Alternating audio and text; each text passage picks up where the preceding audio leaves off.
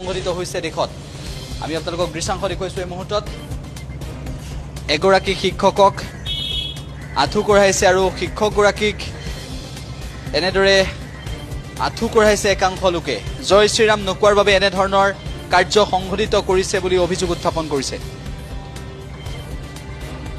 উল্লেখ্য যে এগৰাকী মুছলমান শিক্ষকক এনেদৰে আঁঠু কঢ়াইছে আৰু আঁঠু কঢ়াই ক্ষমা খোজাইছে।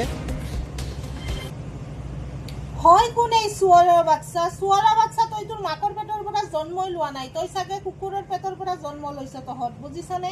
তহঁতে কুকুৰৰ পেটৰ পৰা জন্ম লৈছ, সেইবাবে এটা শিক্ষকক এনেকে ব্যৱহাৰ কৰিব পাৰা, এনেকে আঁঠু কাঢ়িব পাৰা।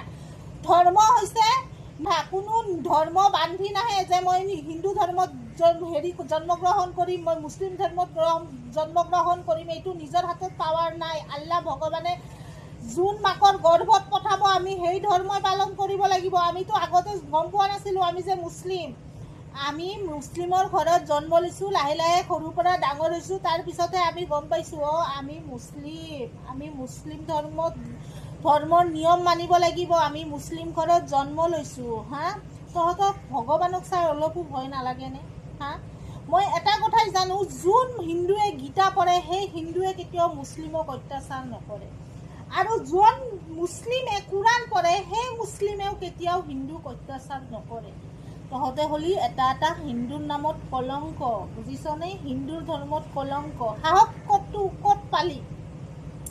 মই সুধিছোঁ, সাহসটো ক'ত পালি? আমাৰ মুছলিম ধৰ্মৰ মানুহবোৰ কি মৰি গৈছে নেকি? নে মুছলিম ধৰ্মৰ মানুহে নাই এতিয়া? কাৰো গাত সাহসে নাই। কাৰো গাত সাহস নাই। হেমন্ত মামা, আপোনাক মই এটা অনুৰোধ জনাইছোঁ, যিহেতু আপোনাকো মই সন্মান কৰোঁ। আপুনি মুছলিম মানুহক বেয়া পালেও মই আপোনাক সন্মান কৰোঁ। আপুনি এটা কাম কৰক, আপুনি মাইকেদি এলাউন্স কৰি দিয়ক, নহ'লে লাইভ আহক, লাইভ আহি কেনে ছ'চিয়েল মিডিয়াত কৈ দিয়ক যে মুছলিম ধৰ্মৰ মানুহগিলা এই টাইমত, এই তাৰিখে, এই জেগাত বা এই ফিল্ডত চবে হাজিৰ হ'ব লাগিব। আমি গোটেই মুছলিম ধৰ্মৰ মানুহ তাতে যাই হাজিৰ হ'ম। আৰু আপুনি এটা কাম কৰিব, ডাঙৰ বোমা এটা আনিব। বোমা এটা আনিব। বোমাটোও কিন্তু আমাৰ এই মুছলিমে আৱিষ্কাৰ কৰিছিল, আব্দুল কালাম আজাদে। কিন্তু এইটোও বাদ দিছোঁ, আমাৰতো মুছলিমে একোৱেই কৰা নাই ন, এই দেশৰ কাৰণে মুছলিমে একোৱেই কৰা নাই, কিছুমান চুৱাৰৰ বাচ্চাবোৰে কয়। এই বোমাটো আমাৰ গোটেই মুছলিমৰ ওপৰত দি দিয়ক। মুছলিমো চাফা, কিছুমান হিন্দু আছে নহয় খেচেৰাৰ জাত, সিহঁতৰ মনতো শান্তি, আৰু CM ছাৰ আপোনাৰো শান্তি, কাৰণ আপুনিও মুছলিমক বেয়া পায়, হয়নে নাই? তো আপুনিও শান্তি। তেতিয়া আপুনি এখন হিন্দুস্তান বনাই একদম ৰাজত্ব কৰি থাকক আপোনালোকে, গোটেই হিন্দুৱে হিন্দু। এতিয়া আৰু মুছলিম নাহে, কাৰণ আমাক এই অসমত জন্মগ্ৰহণ কৰাইছে, এই অসমত ডাঙৰ হৈছোঁ, এই অসমতে মৃত্যু ল'ব লাগিব, কাৰণ উপায়টো নাই। যিহেতু আমাৰ মা দেউতাও এই অসমত ডাঙৰ হৈছে, মা দেউতাও এই অসমবাসীয়ে হয়। কিন্তু এতিয়া চবৰে মুখত হৈ গৈছে মিয়া। মুছলিম মানে ইমানে কুকুৰ হৈ গৈছে, মানে কুকুৰৰো দাম আছে, মুছলিমৰ দাম নোহোৱা হৈছে।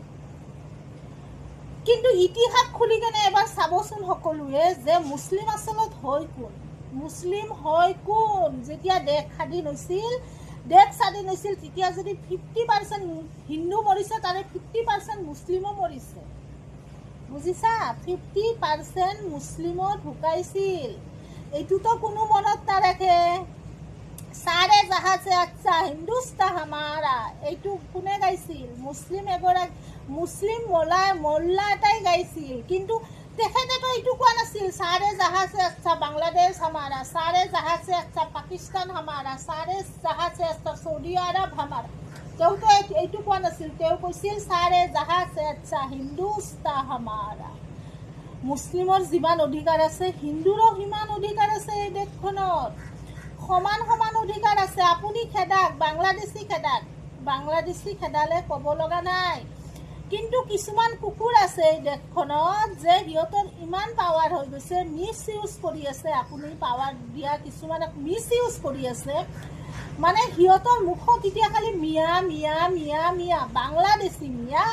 আৰু এতিয়া নতুন কথা কয়, অসমীয়াবোৰৰ কোনো ডকুমেণ্টছে নালাগে বোলে, মিয়াৰ ডকুমেণ্টছ লাগে, অসমীয়াৰ কোনো ডকুমেণ্টছ নাই। মামা আপুনি প্লিজ। আৰু এই অত্যাচাৰ আৰু ভাল লগা নাই। আমাৰ ওপৰত নহয় অত্যাচাৰ, এইটো নকওঁ, আমাৰ ওপৰত নহয়, কাৰণ আমি কোনো চৰকাৰী মাটিতো থকা নাই, কোনো মাটিতো থকা নাই, অলপ হ'লেও পাট্টা মাটিত ঘৰ বনাই কেনে আছোঁ।